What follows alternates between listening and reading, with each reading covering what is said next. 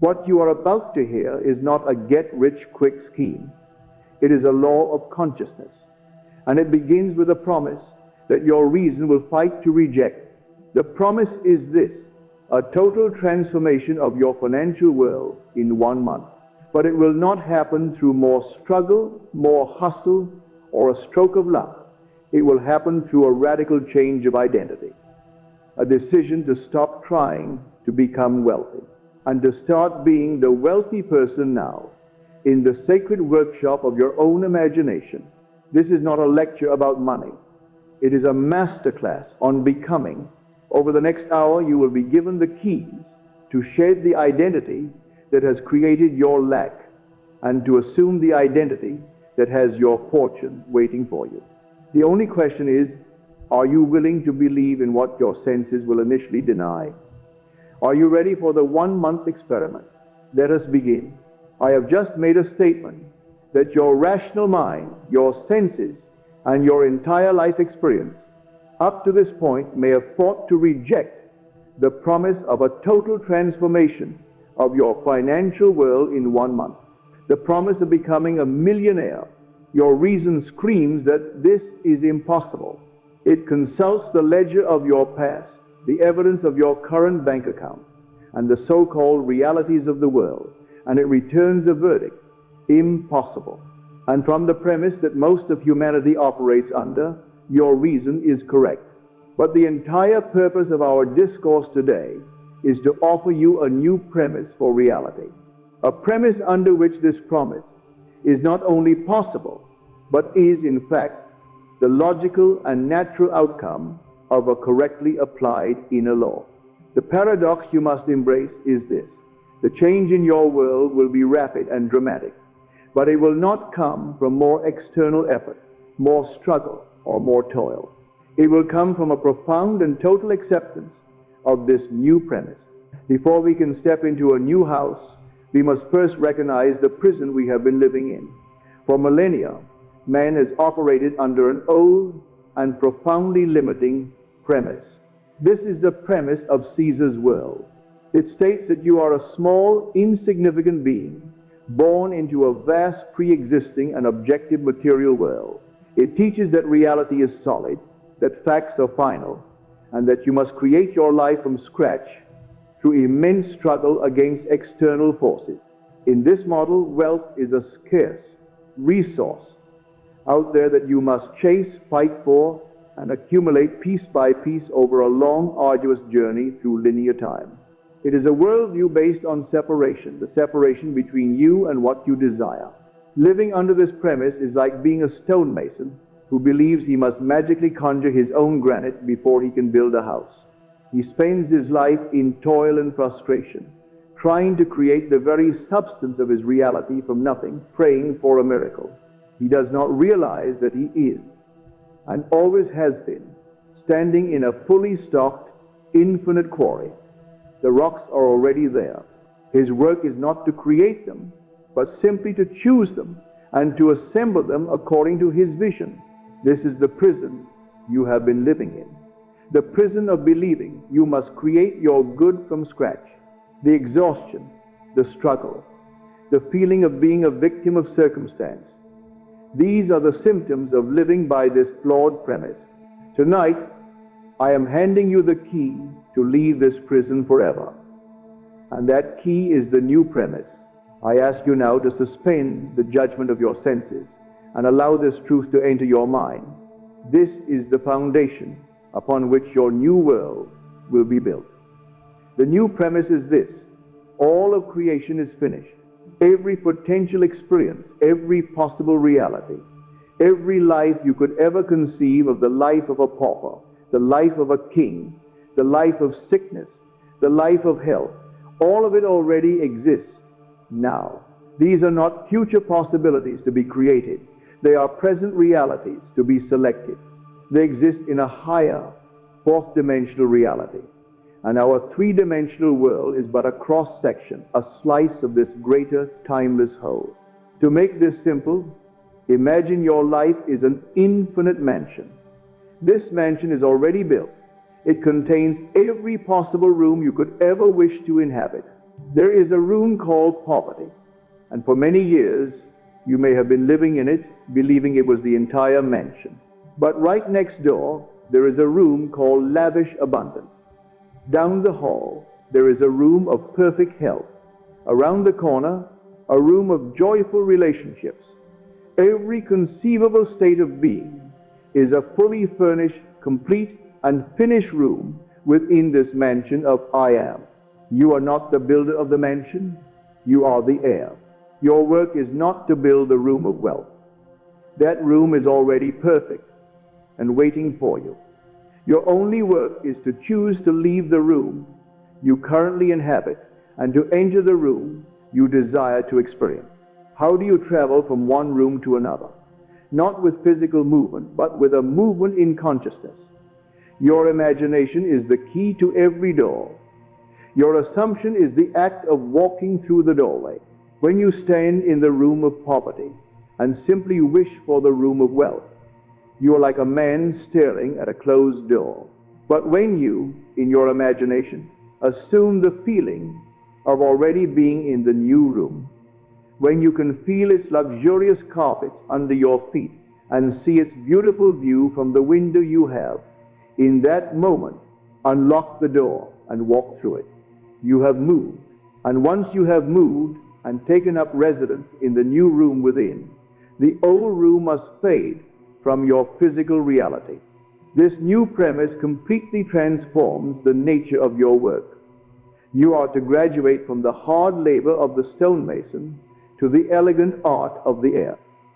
You must stop trying to create and begin the art of selection. Let us return to our lottery ticket. Under the old premise, the ticket is an act of desperate creation. It is a prayer against impossible odds, a hope that a random external force will bless you. It is an act born of the feeling of lack. Under the new premise, the ticket is merely a prop. It is a formality. It is a perfectly natural event on the bridge of incidents that leads you into the physical expression of the room you have already chosen. The true creative act happened days or weeks before, in the silence of your own mind, when you decided to leave the room of wanting and to enter the room of having. You assumed the feeling of being the winner. You lived in that inner reality. The purchase of the ticket is then not an act of hope, but a simple logical step in the unfolding of a reality that is already a finished fact in the only world that is truly real, your own imagination. The toil of creation is filled with anxiety, effort, and the constant need for external validation. The art of selection is filled with calm confidence, inner focus, and the quiet joy of knowing. It is the difference between fighting a battle and accepting a victory that has already been won. What does this mean for you now, in this moment?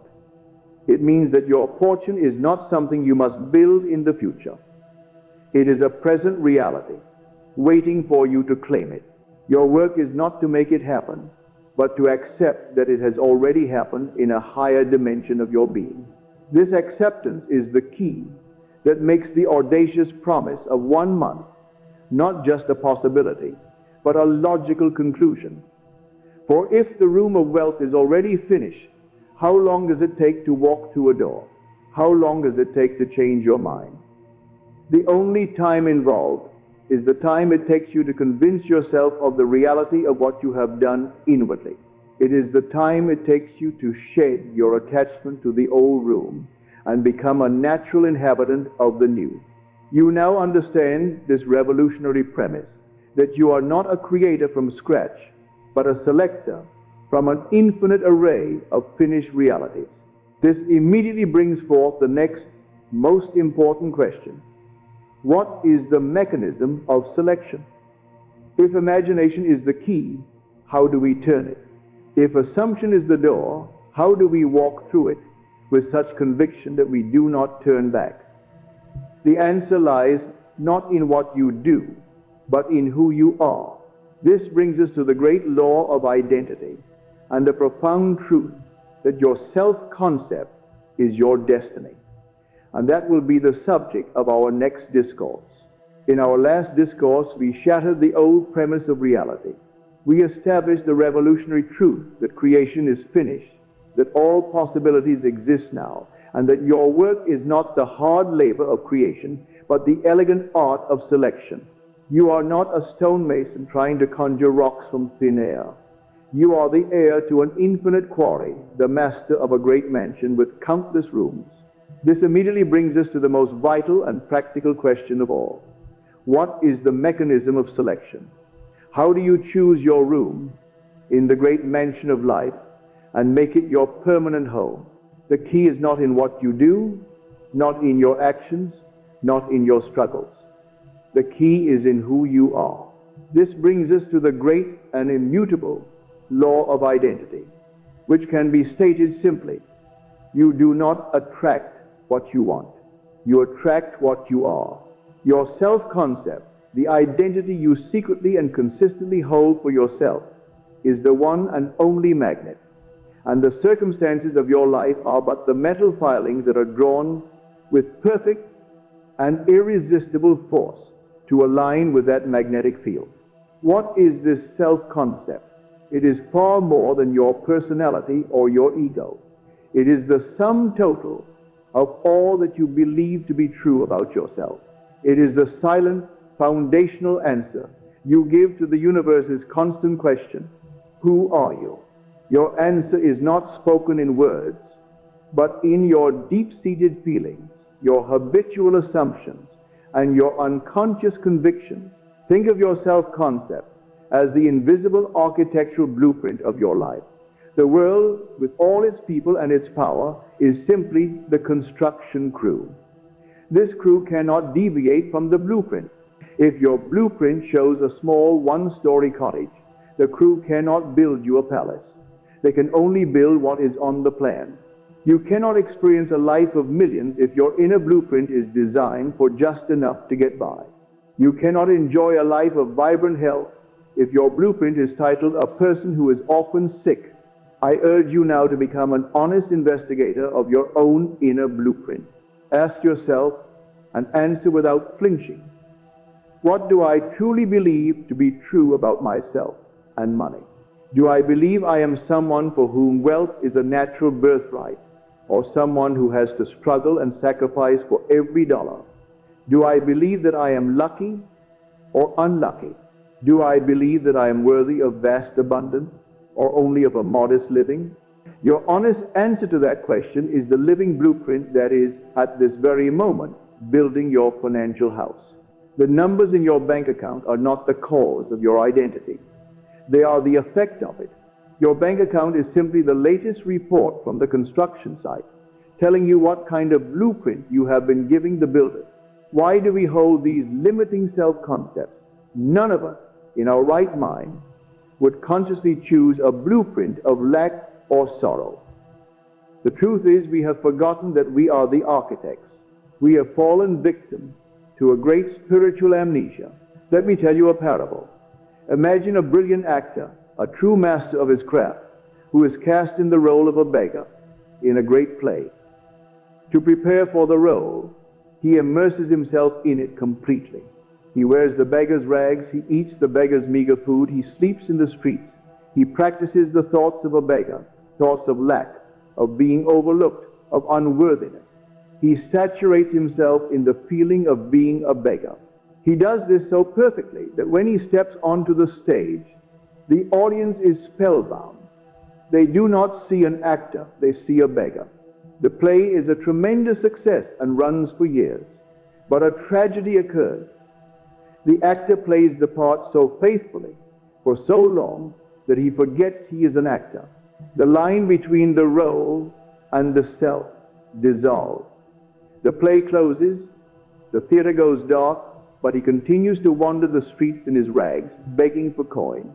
He has forgotten his beautiful home, his vast fortune, his true identity as a celebrated artist. He now believes that the costume is his skin, that the script is his life. You are that actor. At some point in your past, through the conditioning of your childhood, the influence of your society, or the interpretation of your past failures, you were handed a script for the part you are now playing. Perhaps it was the part of the one who never has enough, or the one who is unlucky in love, or the one who is always overlooked. And you, being the magnificent creator that you are, have played this part with such conviction that you have forgotten it is just a part. You have forgotten your true identity as the divine actor who can choose any role it wishes to play. The promise of becoming a millionaire in 1 month is the great wake-up call. It is the director of the play finding you on the street and whispering in your ear, "The play is over. It is time to go home." The work is not to make the beggar a better beggar. The work is to remember that you are the actor and to consciously shed the beggar's costume. As you begin to awaken to this truth, it is vital to understand that the law of your being is completely impersonal. Life is not rewarding you or punishing you. It is simply and always being obedient to your self-concept. The mirror does not care if you smile or frown. It is without opinion. It just reflects. This is a profoundly liberating realization. If you have experienced lack, it is not because you are cosmically unworthy or because fate is against you. It is simply because you have been holding a self-concept of lack, and the law, in its infinite loyalty to you, has been faithfully bringing you evidence to support your belief. The law has been proving you right. Imagine a great and wise king. This king is your true self, your I am. He has a grand vizier who is the embodiment of the law of his being. The vizier's only function, his only loyalty, is to make the king's conception of himself a visible reality in the kingdom. The vizier never questions the king. If the king wakes up and believes, "I am a weak and foolish king," the vizier will immediately go to work. He will arrange for the king's armies to be defeated, for his treasury to be plundered, and for his counselors to give him foolish advice. The vizier does this not out of malice, but out of perfect loyalty, to prove to the king that his self-concept is true. But if the king wakes up and declares, "I am a wise, powerful, and beloved king," the vizier immediately reverses course. He arranges for the armies to be victorious, for the treasury to be filled, and for wise counsel to reach the king's ears. The vizier's only allegiance is to the king's identity. You are this king. The law of your consciousness is this vizier. For too long you have been identifying as a weak king, and the law has been faithfully reflecting that back to you. The moment you change your self-concept, the moment you assume a new royal identity, the law immediately begins to build a world that conforms to it. And so we arrive at the point of power. A new identity is not something you earn through struggle. It is not something you are given. It is something you decide. It is a conscious, deliberate choice. It is the moment the actor decides to take off the costume. It is the moment the king awakens from his amnesia and reclaims his throne. The declaration is made in the present tense. It is not, "I will be a millionaire." It is, "I am a millionaire." Now living in a world that has not yet caught up to my inner reality. This is the great decision you must make. You now understand the revolutionary premise that you are not a builder from scratch, but a selector from an infinite array of finished realities. And you now understand that the mechanism of selection is not your action, but your identity. Your self-concept is the lever that moves you from one room to another in the great mansion of life. This brings us to the next most practical question. Now that you have decided to assume a new identity, how do you make that new identity your natural dwelling place? How do you put on the new costume so that it fits perfectly and feels like your own skin? This requires us to enter the dressing room of the soul, the great theater of the mind, where all roles are rehearsed and all realities are born. This brings us to the sacred workshop, the world of your own wonderful imagination. And that will be the subject of our next discourse. In our last discourse, we established the great law of identity. We discovered that the world is a flawless mirror, reflecting not what you want, but who you are. You learned that your self-concept is the invisible blueprint from which your life is built, and that to change your world, you must first change your conception of self. We left with a great question. Now that I have decided to assume a new identity, where do I go to forge it? Where is the dressing room of the soul, where the beggar's costume is removed and the royal robes of the millionaire are put on? This brings us now to the one and only place where creation occurs. We are entering the Holy of Holies, the sacred workshop of your own being. We are entering your own wonderful human imagination. Let us first redefine this word, for it has been misunderstood and trivialized by the world. The world teaches that imagination is the playground of children, a faculty for idle daydreaming and baseless fantasy, a pleasant escape from the real world. This is a profound and tragic error. Imagination is not an escape from reality. Imagination is reality. It is the very substance of the world. It is the eternal, fourth-dimensional realm, where creation is already finished. Your physical, three-dimensional world is but a lagging shadow, a delayed reflection of the true causal activity that takes place in your imagination. What you call reality is simply the hardened, objectified residue of your past imaginal acts. Therefore, to change your world, you must change the imaginal acts you are performing. In our previous discussion, we spoke of your self-concept as the architectural blueprint for your life. Well, your imagination is the architect's table. It is the drafting room where every detail of your future must first be drawn. A vague blueprint results in a chaotic and unstable building. A clear, precise, and detailed blueprint results in a magnificent and enduring structure. So it is with your life. You cannot hope to manifest a life of wealth with a vague, half-formed wish. Wealth does not respond to need, it responds to belief. It flows into the container you prepare for it, and that container is your inner self, crafted with precision in imagination. You must become the master architect. You must know exactly what the state of being a millionaire means to you. It is not just a number in a bank account. What does that number represent? It is a feeling. It is a state of being.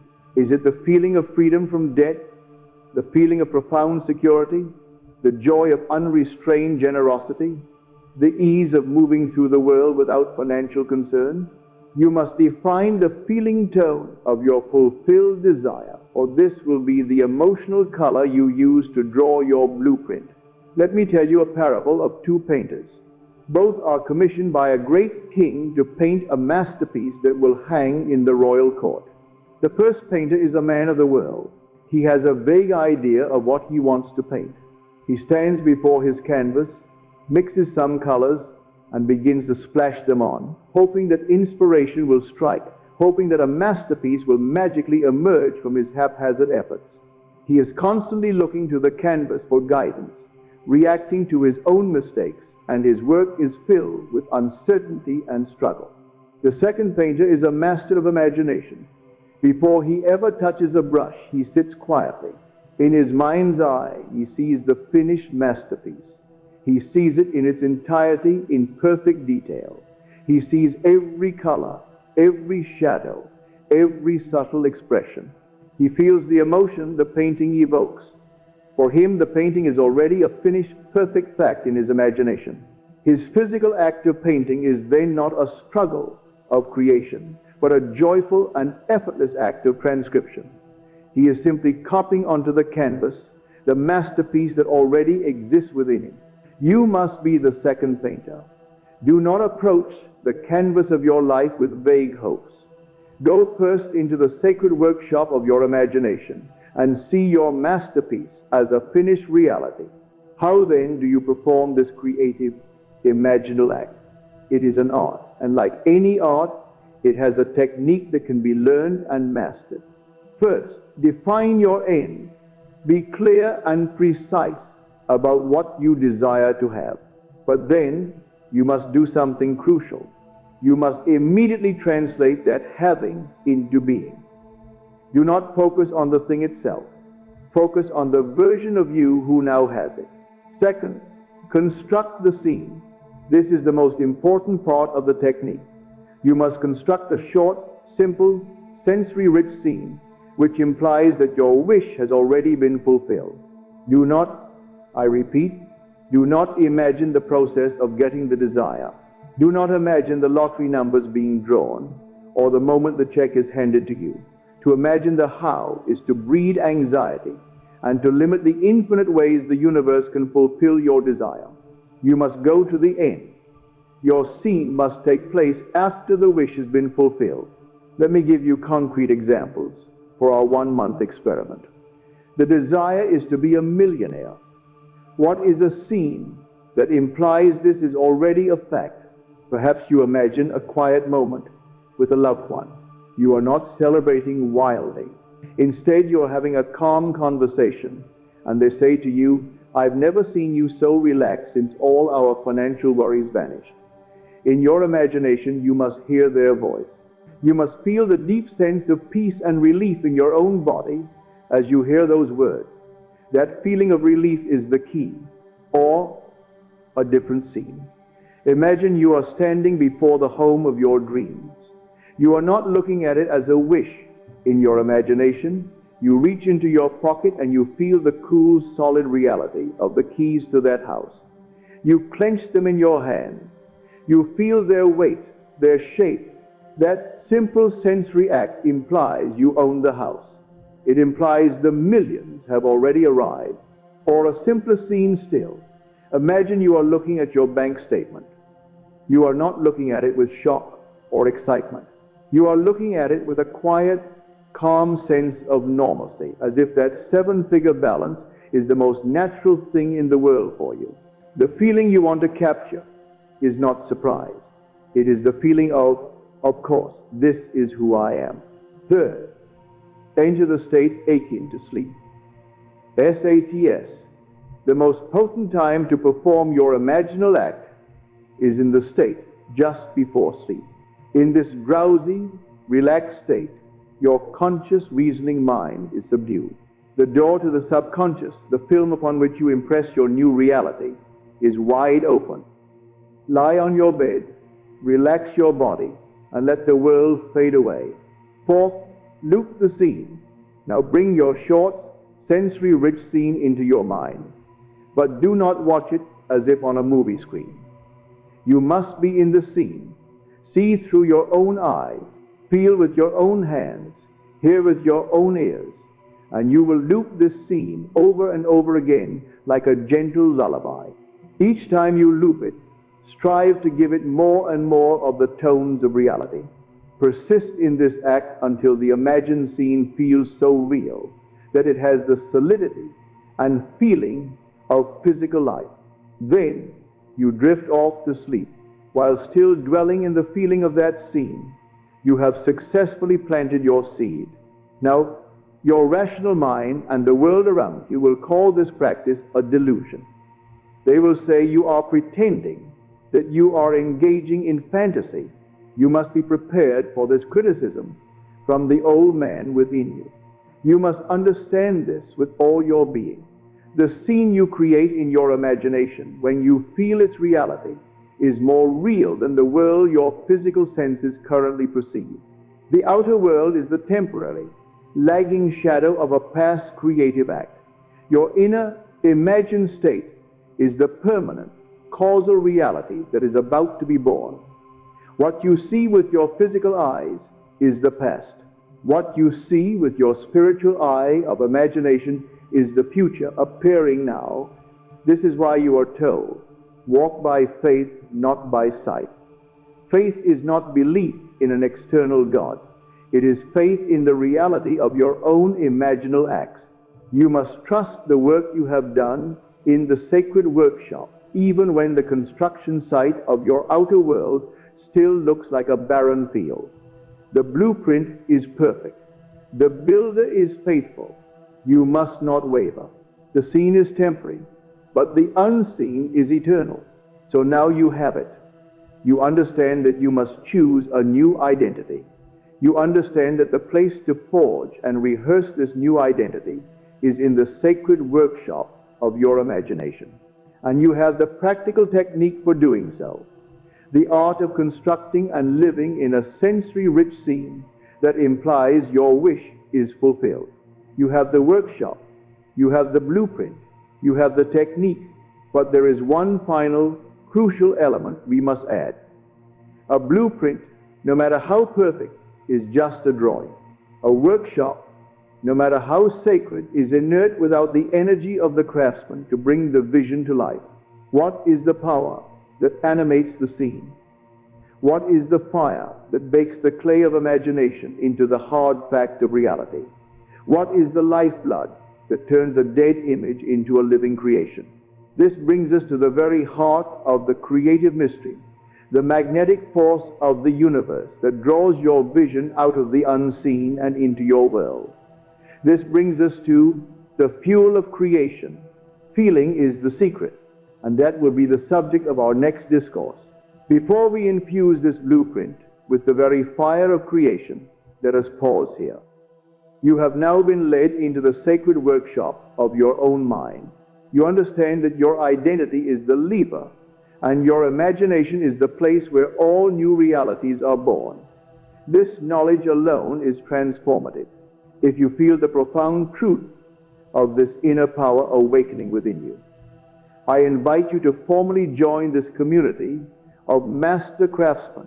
This is not just a channel, it is a proving ground for creators. By subscribing, you are making a commitment to the art of conscious creation. Do so now, and ensure you are present as we learn how to breathe life and fire into the visions you hold within. In our last discourse, we stood together in the sacred workshop of the imagination. You were given the keys to the drafting room of reality. You learned to move beyond idle fantasy and to construct a clear, precise blueprint of your desired world, a short, sensory-rich scene that implies your wish is already a fact. You now possess the form, the structure, the perfect architectural plan for a new life. But a blueprint, no matter how magnificent, is a cold, dead thing. It cannot build itself. A cathedral, perfectly designed on paper, will remain paper until a living force is applied. What is this force? What is the fire that bakes the clay of imagination into the hard fact of reality? What is the lifeblood that turns a dead image into a living creation? This brings us to the very heart of the creative mystery. It is the engine that drives the entire universe. It is the magnetic force that draws all things to you. It is the one and only language that your subconscious mind understands and obeys without question. It is the great secret itself, feeling. Words alone are powerless without the energy that gives them life. You can say, "I am rich," 1,000 times, but if the words are empty, if they are hollow, spoken with the underlying feeling of lack, then they are just noise echoing in the void. It is not the phrase, but the feeling behind the phrase that transforms your reality. Let us first be clear about what this creative feeling is, for it is a word that is often confused with its shallower cousin, emotion. Reactive emotions are what the world generates in you. They are effects. You read a piece of bad news and you feel fear. Someone praises you and you feel happy. Your circumstances dictate your emotional state. You are a ship tossed on the waves of the outer world. Creative feeling, however, is a cause. It is a state of being that you deliberately generate within yourself, regardless of outer circumstances. It is not a loud, volatile emotion. It is a quiet, sustained inner conviction. It is the calm certainty of the man who knows a secret. It is the deep, peaceful assurance that your wish is already an accomplished fact. This is the feeling that creates worlds. Let me offer you a parable. Imagine two musicians, both given the same perfect violin and the same beautiful piece of music to play. The music sheet is the blueprint, your imaginal scene. The first musician is a master technician. He plays every note with flawless precision. His timing is perfect. His fingering is impeccable. He plays the words, "I am wealthy," with perfect mental clarity. But his heart is not in it. He plays without soul, without passion. The audience hears the notes, but they are not moved. The music is lifeless. The second musician takes the stage. He may not have the same technical perfection, but when he plays, he pours his entire being into the music. He feels the joy, the sorrow, the triumph of the piece. He is not just playing the notes, he is becoming the music. And the audience is captivated, moved to tears, transformed. Your subconscious mind is this audience. It is not moved by the technical perfection of your affirmations. It is only moved when you play the music of your imaginal act with true feeling. Why is feeling the secret? Because the universe is not a collection of solid things, but a vast ocean of energy and vibration. And the law of this ocean is simple. Like attracts like. Your feeling is the vibratory signature you are constantly emitting. Think of it this way. Abundance is not a number in a bank account. Abundance is a frequency. Lack is also a frequency. Health is a frequency. Sickness is a frequency. Love is a frequency. Fear is a frequency. Your only work is to tune the instrument of your own being to the frequency of the reality you desire to experience. How do you tune yourself? Not through thought alone, but through feeling. When you feel something as real, when you allow your heart, your body, and your inner being to respond to it as if it were already true, you summon the very circumstances that match that vibration.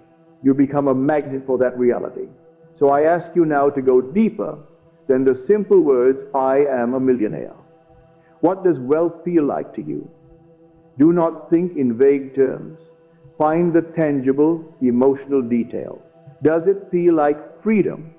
The feeling of waking up in the morning and knowing your day is entirely yours to command, free from the demands of a job you do not love.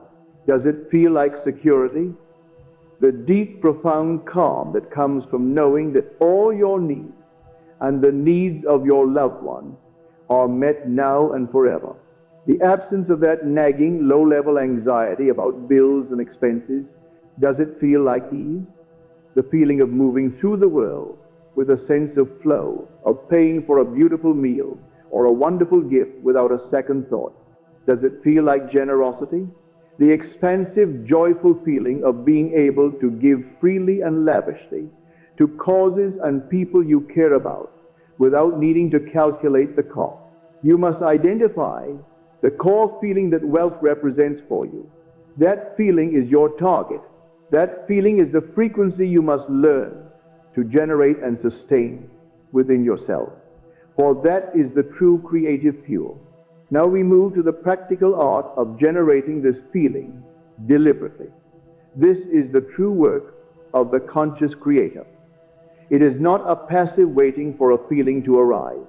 It is the active generation of a chosen inner state. This is what it means to live in the end. Living in the end is not about pretending or deluding yourself. It is the art of living in the feeling of the end. The millionaire version of you doesn't just think differently. They feel differently. They feel certain. They feel powerful. They feel secure. If you want to become that version of you, you must begin to feel those emotions now. How do you do this? You use your sacred workshop. You return to the short, simple scene you constructed in your imagination. And this time, your focus is entirely on the feeling it evokes. Let us use our example, the scene of feeling the keys to your dream home in your hand. As you imagine that act, you are not just thinking about keys. You are asking, what does this feel like? Feel the cool metal. Feel the weight. But more importantly, feel the emotional reality. Feel the thrill of ownership. Feel the pride. Feel the deep gratitude. Feel the profound sense of arrival, the feeling that says, I am whole. You must saturate your mind with this feeling. Think of your consciousness as a piece of pure white cloth. Your desired feeling is a rich, vibrant dye. To change the cloth, You do not just dip it in the dye for a second. You must let it soak. You must allow the dye to permeate every single fiber until the cloth has no memory of ever being white. It becomes the color. So it is with your mind. You must saturate your being in the feeling of the wish fulfilled so deeply and so consistently that the old feeling of lack becomes impossible, a foreign concept. This is the work. It is to let the feeling of wealth dwell in you so richly that your very being radiates abundance. How do you know when you have succeeded in this creative act of feeling? You will know by the profound sense of peace that follows.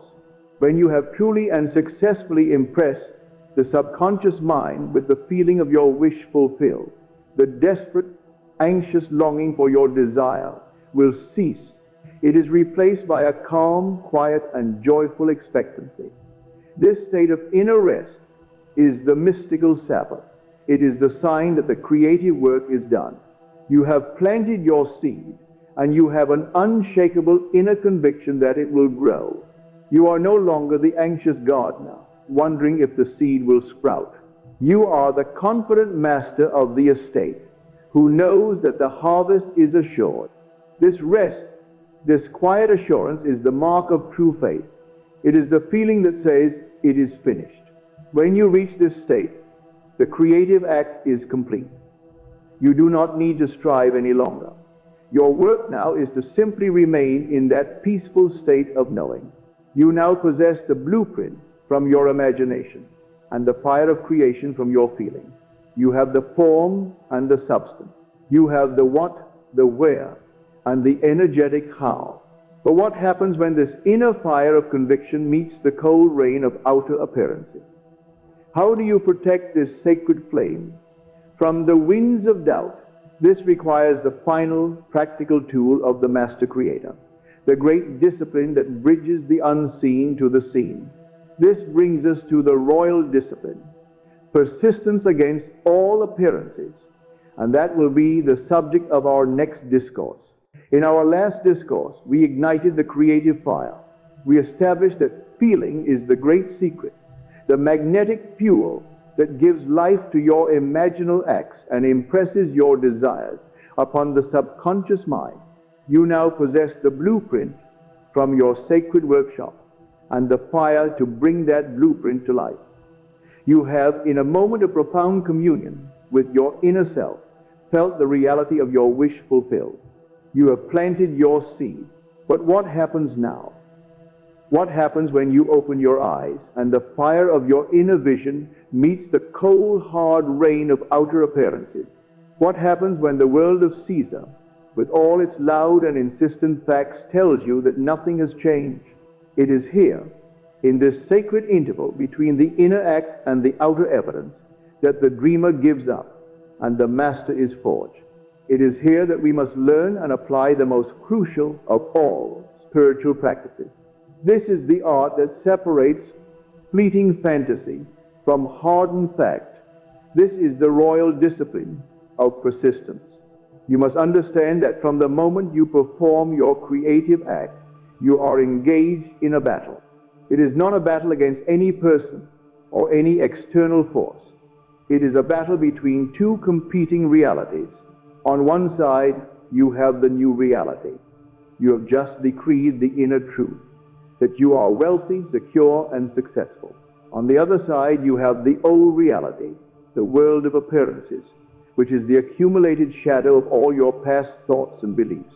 Your persistence is your allegiance. In every moment of your day, you are casting a vote. To which reality will you be loyal? The great adversary in this battle is the tyranny of your five senses. Your senses are not your enemy, but they are hypnotists.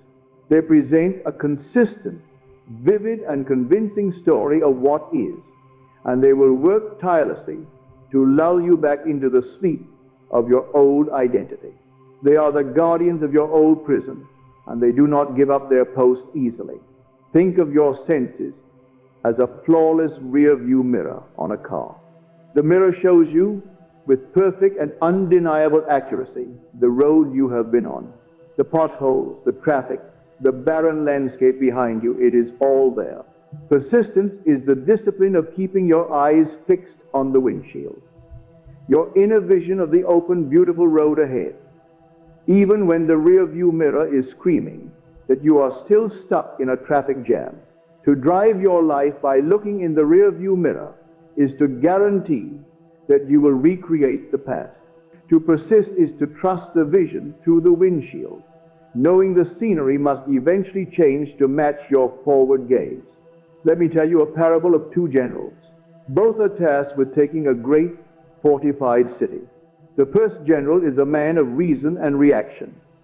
He lays siege to the city, but every day he sends out spies. These spies are his five senses. They come back with reports.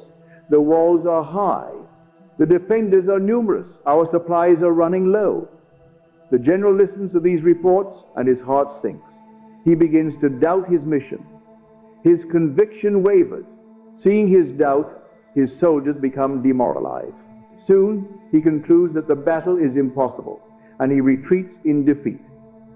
He was conquered not by the enemy, but by his own acceptance of the appearance of the enemy's strength. The second general is a master of persistence.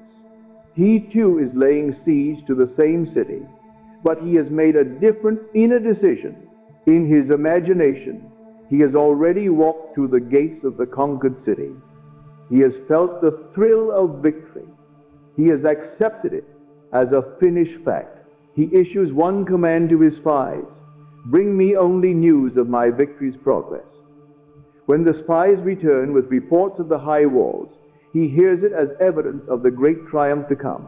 When they report on the number of defenders, he sees it as a sign of the glory of his achievement. He refuses to entertain any report other than the one of his inevitable success. His unwavering inner conviction becomes a palpable force. His soldiers feel his certainty and are filled with courage. The defenders within the city feel it too. They sense that defeat is a foregone conclusion. Their morale crumbles, and eventually they open the gates and surrender to the general whose faith never wavered. You must be the second general. The fortified city is your fulfilled desire. The spies are your senses. You must refuse to accept their negative reports as final. You must remain loyal to the inner vision of your victory, knowing that your persistent assumption is a force that dissolves all opposition. How then do you practice this royal discipline moment by moment? First, you must understand that persistence is not a grim, joyless struggle. It is not gritting your teeth and fighting your thoughts all day. That is a battle, and battles are draining.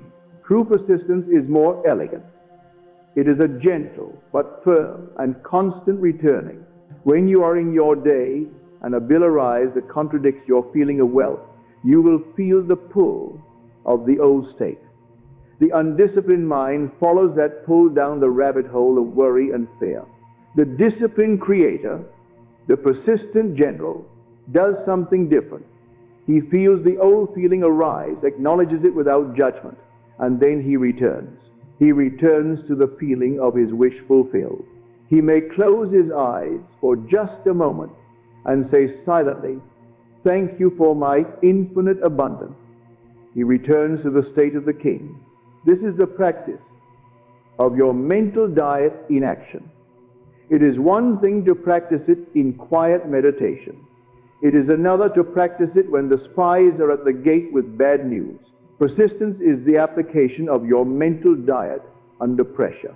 Every time you refuse to indulge in a negative feeling state and instead return to your assumption, you are winning a major victory. You are strengthening your new identity. Furthermore, persistence is not necessarily the anxious repetition of your initial creative act. If you have successfully performed your imaginal act in the state akin to sleep and have reached the Sabbath, that feeling of inner rest that says it is finished, then your work is done. Persistence from that point on is simply the act of not leaving the Sabbath. It is the discipline of resting in your conviction. It is refusing to be coaxed out of your peaceful inner knowing by the chaos of the outer world. As you practice persistence, you will confront the most subtle and powerful tool of the adversary, the illusion of time. Your rational mind will constantly ask, how long must I persist? It has been a week, a month, and nothing has happened. You must understand this. Time does not create. It only unfolds. Your persistent assumption is what dictates what unfolds within the container of time. The 1 month of our experiment is not a magical deadline. It is a crucible.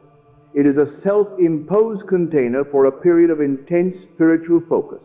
By deciding on a time frame, you are giving your subconscious mind a powerful instruction. You are saying the unfolding of this reality is to be concentrated within this frame. You are commanding time to become your servant. The way to master time is to forget it. You achieve this by living so fully in the present feeling of your fulfilled desire that the future becomes irrelevant. You are not waiting for a month to pass to become a millionaire. You are living in the inner reality of being a millionaire now. When you live in the end, you collapse the psychological distance between yourself and your goal. The more you can feel it as a present fact, the more quickly the world must rearrange itself to show it to you. As you persist, the bridge of incidents will form. The how will begin to reveal itself in ways you could not have predicted. Trust this process. Your only job is to remain loyal to the state of the wish fulfilled. The true sign of your victory is not the arrival of the money. The true sign of victory is the death of doubt within you. It is the moment when your inner conviction becomes so absolute, so natural, that nothing in the outer world can shake it. At that point, the physical manifestation is a mere formality, a shadow following the light. When you have mastered this royal discipline, when you can smile inwardly at appearances, knowing they are powerless to alter your inner truth, you have passed the final test. You are no longer a student of the law. You are its living embodiment. All that remains is to fully awaken to this new identity and to walk in the world as the creator you have always been. This brings us to our grand conclusion, the final act of your awakening, living the 1 month miracle. We have come to the end of our journey in words, but we stand now at the true and glorious beginning of your conscious life. We have traveled a great distance, not across continents, but across the inner landscapes of your own being. Together, we have scaled the peaks of consciousness. Let us look back, not as a student reviewing a lesson, but as a mountaineer from the summit, beholding the path he has conquered. We began with an audacious promise, a millionaire in 1 month, only to discover it was not a promise of magic, but a declaration of law, based on the profound premise that creation is finished. We learned that our work is not to build, but to select from the infinite mansion of reality. From there, we discovered the great lever that moves us between these infinite rooms, the law of identity. We realize that the world mirrors not what we want, but who we are, that our self-concept is our destiny. We saw that we have been actors, lost in a part, and that our freedom lies in remembering we are the actor, free to choose a new role. We then entered the sacred workshop of imagination, the architect's table, where the blueprints of our new identity are drawn. We learned the art of crafting a specific sensory-rich scene that implies our wish is already a fact. We learned to breathe fire and life into that blueprint with the fuel of creation, knowing that feeling is the secret, the magnetic force that draws our inner vision into our outer world. And finally, we were given the shield and sword for the journey. We embraced the royal discipline of persistence, learning to hold our inner vision steady against the onslaught of contradictory evidence from the senses, making time our servant, not our master. You now have it all: the premise, the law, the workshop, the fuel, and the discipline. We have come full circle. And what is the great living, breathing truth that stands revealed?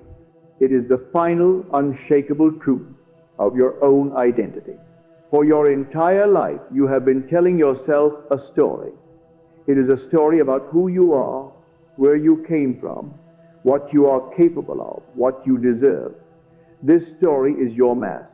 It is the personal identity you have worn, the character you have played, and the world, being a perfect mirror, has faithfully reflected that story back to you as your reality. The great awakening, the true miracle, is not changing the story. It is realizing you are the author, not the story itself. Your true name is not the name on your birth certificate. Your true name is I am. Your very awareness of being is the one and only God, the creative power that animates the universe. The story you tell yourself is simply the mask that God, your I am, is wearing. You have been saying, I am, and then filling in the blank with the story of lack, of struggle, of not yet.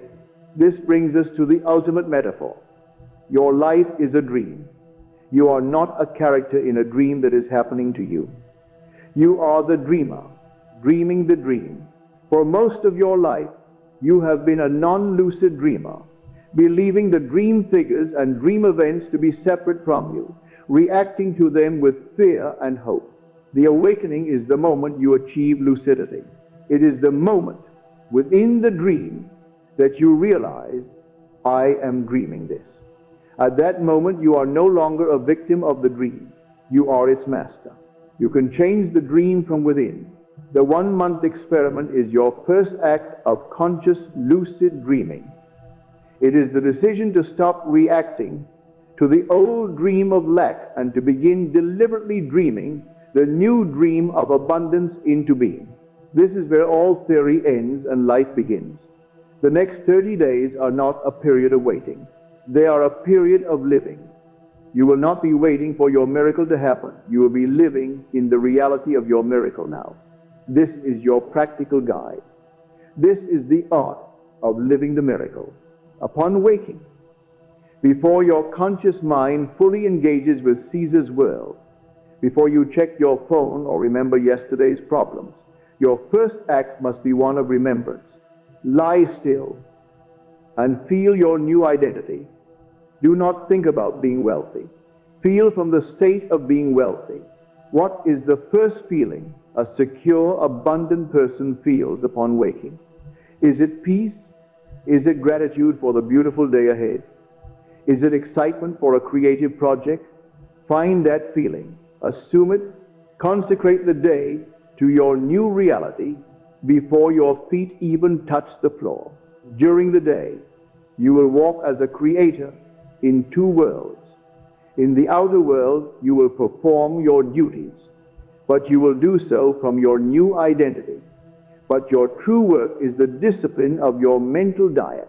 You will be the vigilant guardian at the gate of your mind. When a thought of lack appears from the old world, you will not fight it. You will simply refuse its entry. You will let it pass by, and you will immediately, gently, return your mind to its new home, the state of abundance. See the world through the eyes of the millionaire. How does he see a bill? Not as a threat, but as an opportunity to circulate his wealth. How does he see a luxury item? Not as an unattainable wish, but as a natural part of his world. In the evening, before you sleep, you must perform the sacred act of revision. Review your day. Was there any moment where you fell back into the old identity?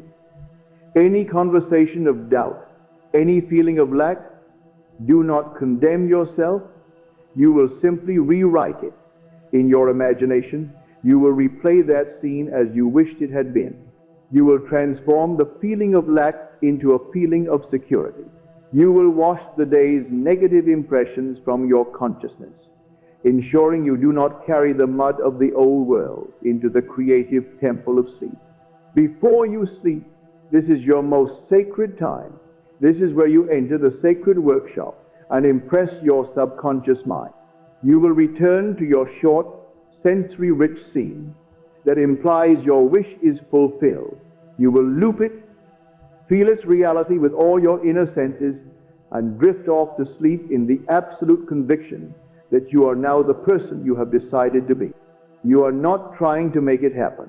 You are simply affirming what is already true. This is not a chore. This is the joyful discipline of the awakened Creator. This 1 month is your immersion. It is your commitment to living from the inside out. What will happen during this month? Do not look for a sudden, magical downpour of cash from the heavens. The law works in natural ways. As you persist in this new identity, a bridge of incidents will begin to form. You will notice a shift. Ideas will come to you that you never had before. People will say things to you that perfectly align with your new state. Opportunities will appear, seemingly out of nowhere. These are the first sprouts from the seed you have planted. Do not dig them up by analyzing them. Simply accept them with gratitude and continue to live in the end. You must understand this. The true miracle of this 1 month is not the arrival of the millions of dollars. The money is just the natural, inevitable consequence. The true miracle is what happens inside of you. The true miracle is the death of the old man. It is the silencing of the voice of doubt. It is the birth of an unshakable faith based on your commitment to your inner world. When your inner conviction becomes so absolute that nothing in the outer world can shake it, you have already received your prize. The physical evidence is then a mere formality, a shadow that must follow the light of your being. And so, we have come to the end of our journey in words and the beginning of your journey in being. I have pointed the way, but you must take the steps. I have given you the key to your own kingdom. This is not an ending, but an initiation. To continue to walk this path, to be reminded of your royal identity when the world tries to convince you that you are a pauper, ensure you have subscribed to this channel. It is your commitment to your own awakening. Go forth, therefore, from this moment, not as one who is hoping to become, but as one who is. Walk not as a student experimenting with a theory, but as a master living a truth. When you have moments of doubt, remember the actor. When you are faced with contrary evidence, remember the king. When you feel lost, remember the ocean. Your desires are not selfish fantasies. They are divine promises. They are the Word of God, your own consciousness, seeking to be made flesh through you. Do not deny them. Do not shrink from them. Embody them. You are the operant power. You are the creative word. And when you have settled into this knowing, when you are resting in the peaceful Sabbath of your fulfilled desire, let your final inner declaration be the great seal upon your creation. Whisper it to yourself in the depths of your soul. It is finished. And with a heart full of gratitude, seal it with the great Amen. Now, the lecture is over. Your 1 month miracle has just begun. Let us enter the silence